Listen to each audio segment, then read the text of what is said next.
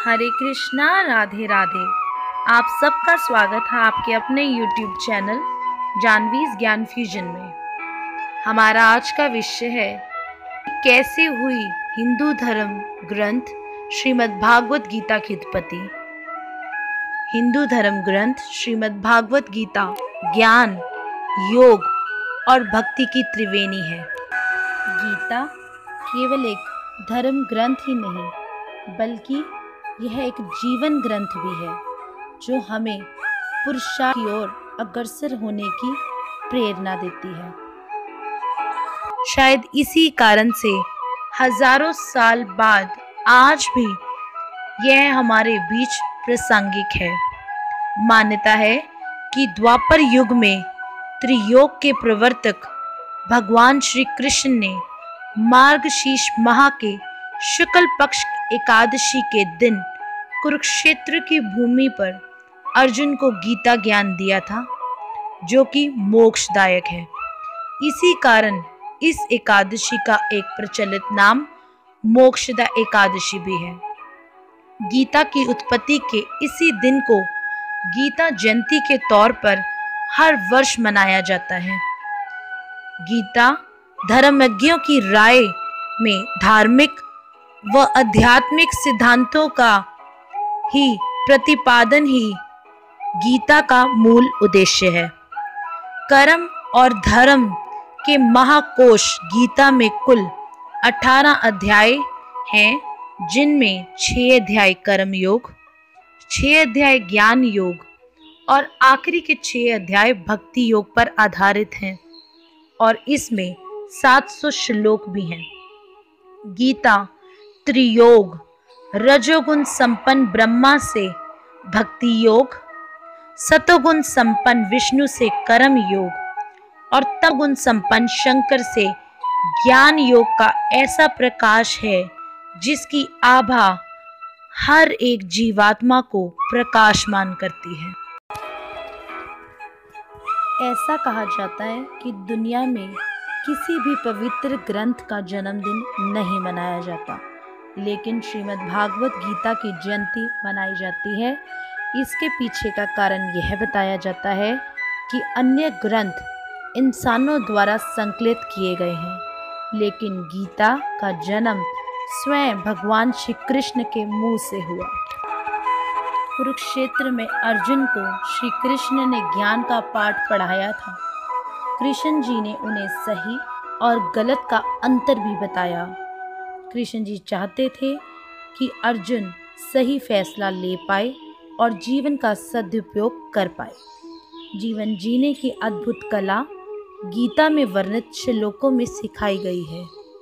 हर परिस्थिति में धैर्य से काम लेना चाहिए, यह गीता में सिखाया गया है। किस तरह हर परिस्थिति में धैर्य से काम लेना चाहिए, यह गीता ही हमें सिखाती है। इसी के चलते आज भी हजारों वर्षों तक गीता जयंती प्रासंगिक है। इसके जरिए ही श्री कृष्ण द्वारा कही गई गीता लोगों को अच्छे बुरे कर्मों का फर्क समझाती है।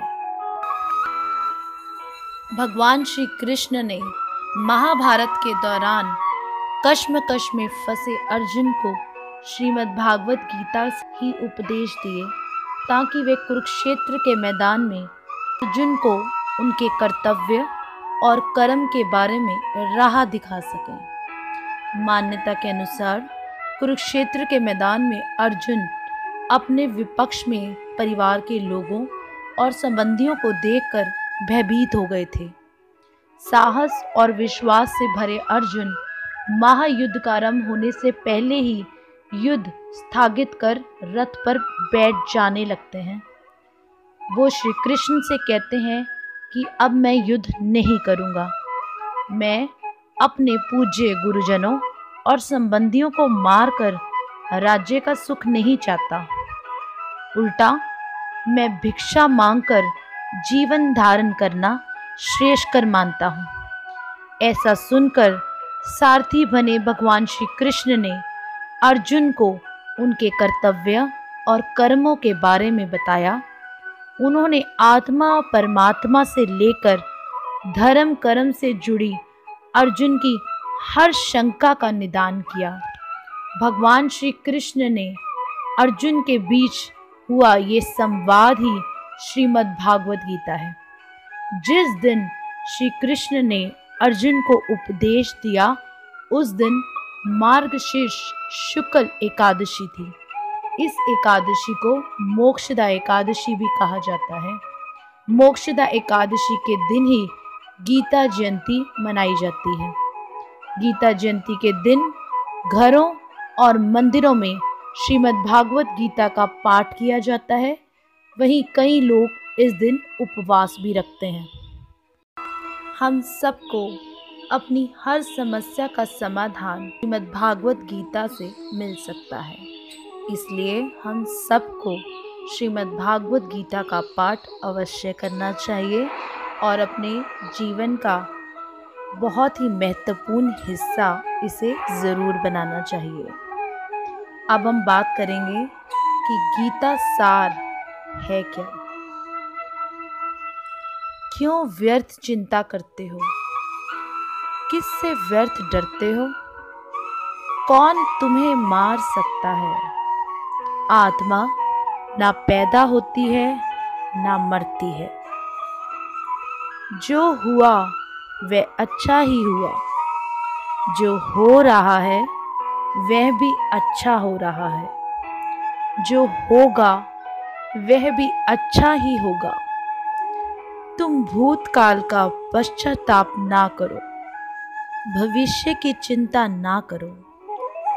वर्तमान चल रहा है, वर्तमान में रहकर ही जीवन जीना सार्थक है। तुम्हारा क्या गया जो तुम रोते हो? तुम क्या लेकर आए थे जिसके खो जाने का तुम पश्चाताप करते हो? तुमने क्या पैदा किया था जिसका नाश हो गया? तुम कुछ भी लेकर नहीं आए, जो कुछ भी लिया यहीं से लिया, जो कुछ दिया यहीं पर दिया। खाली हाथ आए, खाली हाथ ही चले। जो आज तुम्हारा है कल किसी और का था, परसों ये किसी और का होगा।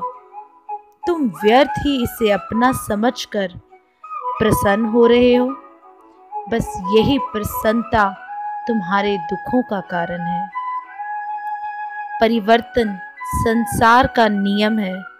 जिसे तुम मृत्यु समझते हो वही तो जीवन है। एक क्षण में तुम करोड़ों के स्वामी बन जाते हो और अगले ही क्षण में दरिद्र हो जाते हो।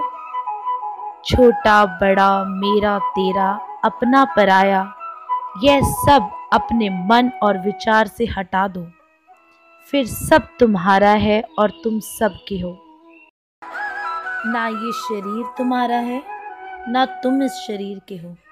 यह शरीर अग्नि, जल, वायु, पृथ्वी और आकाश से बना है और इन्हीं में ये विलीन हो जाएगा। जो शेष रहेगा वह आत्मा है। इस शरीर की सत्ता को तो तुम मिथ्या ही जान। तुम ईश्वर परायण हो। अपने आप को भगवान को अर्पित कर दो। वह ईश्वर ही सबसे उत्तम सहारा है। जो उसका आश्रय पाता है वह भय, चिंता और शोक से सर्वदा मुक्त हो जाता है। जो कुछ भी तुम करते हो उसे भगवान के अर्पण करो। ऐसा करके तुम सदा जीवन मरण से परे अपार आनंद का अनुभव करोगे। श्रीमद् भागवत गीता का ज्ञान स्वयं भगवान श्री कृष्ण के मुख से निकला हम सब जीवात्माओं के कल्याण के लिए ही है। हम सबको अपने कल्याण के लिए इसका पाठ अवश्य ही करना चाहिए। वहीं आज मनुष्य के तमाम समस्याओं के समाधान और सफल जीवन जीने की कला के रूप में गीता के उपदेशों में ही समाहित है। मैं आशा करती हूँ मेरी ये वीडियो आपको अच्छी लगी होगी। अगर आपको पसंद आए तो प्लीज़ लाइक और कमेंट ज़रूर कीजिएगा और अगर आप मेरे चैनल पर नए हैं तो चैनल को सब्सक्राइब ज़रूर कीजिएगा। भगवान हरि आप सबकी मनोकामनाएं पूरी करें। आप सबको मेरी तरफ से मोक्षदा एकादशी, गीता जयंती की ढेर सारी शुभकामनाएं। हरे कृष्णा, राधे राधे।